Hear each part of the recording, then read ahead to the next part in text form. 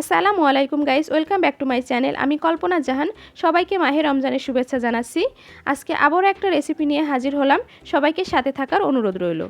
আজকে আমি বাসায় কিভাবে ছোলা ভুনা করি সেটা আপনাদের সাথে শেয়ার করব। খুব অল্প উপকরণ দিয়ে সহজ উপায়ে পারফেক্ট ছোলা ভুনা কীভাবে করতে হয় সেটা আজকে আপনাদের সাথে আমি শেয়ার করব। আজকে আমি এই ছোলা ভুনা করার জন্য নিয়েছি 500 গ্রাম ছোলা। 500 গ্রাম ছোলা আমি সারা রাত ভিজিয়ে রাখছিলাম, তারপর খুব ভালো করে ধুয়ে নিয়েছি। দেখুন কতটা সুন্দর ফুলে উঠেছে। এগুলো এখন আমি সিদ্ধ বসাবো। একটা প্যানে আমি 3 কাপ পানি গরম বসিয়ে রাখছিলাম, তার ভিতর ছোলাগুলো দিয়ে দিচ্ছি। কেউ প্রেসার কুকারেও করে নিতে পারেন। এরপর আমি 2টা আলু দিয়ে দিচ্ছি। এরপর দিয়ে দিচ্ছি 1 চামচ লবণ। তারপর একটু ভালো করে নাড়াচাড়া করে নিয়ে আমি ঢাকা দিয়ে দেব 20 থেকে 25 মিনিটের জন্য।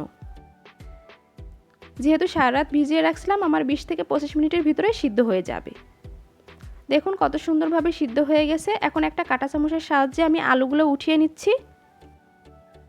এরপর দেখুন আমি একটা দেখিয়ে দিচ্ছি, এই যে কতটা সুন্দরভাবে সিদ্ধ হয়ে গেছে। এখন আমি সমস্ত ছোলাগুলো উঠিয়ে একটা ঠান্ডা পানিতে নিয়ে নিব।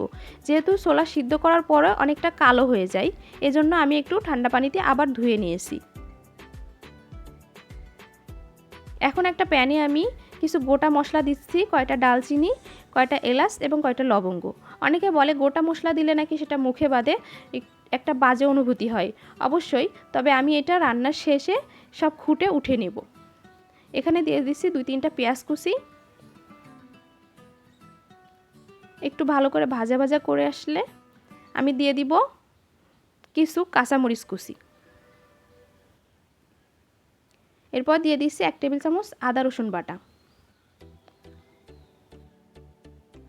এরপর দিয়ে দিচ্ছি 1 চামচ জিরা গুঁড়া, 1 চামচ মরিচ গুঁড়া, 1 চামচ লবণ।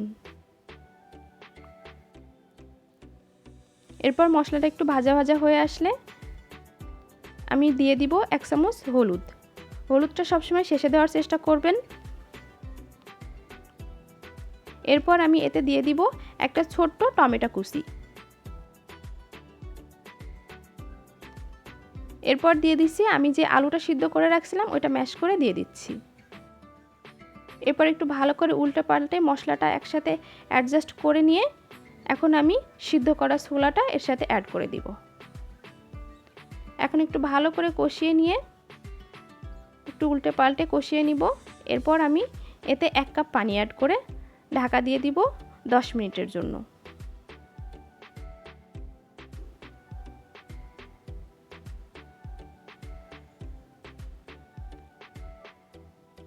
10 মিনিট পর ফিরে আসলাম। দেখুন আমার ছোলাটা প্রায় হয়ে গেছে। এ পর্যায়ে আমি কিছুটা ধনিয়া পাতা কুচি দিয়ে দিচ্ছি, দিয়ে 2 মিনিট ঢাকা দিয়ে রাখছিলাম। এখন আমার ছোলাটা কমপ্লিট। দেখুন কতটা সুন্দর হয়েছে। আমি একটু হালকা হালকা রাখছি, ঝোল রাখছি।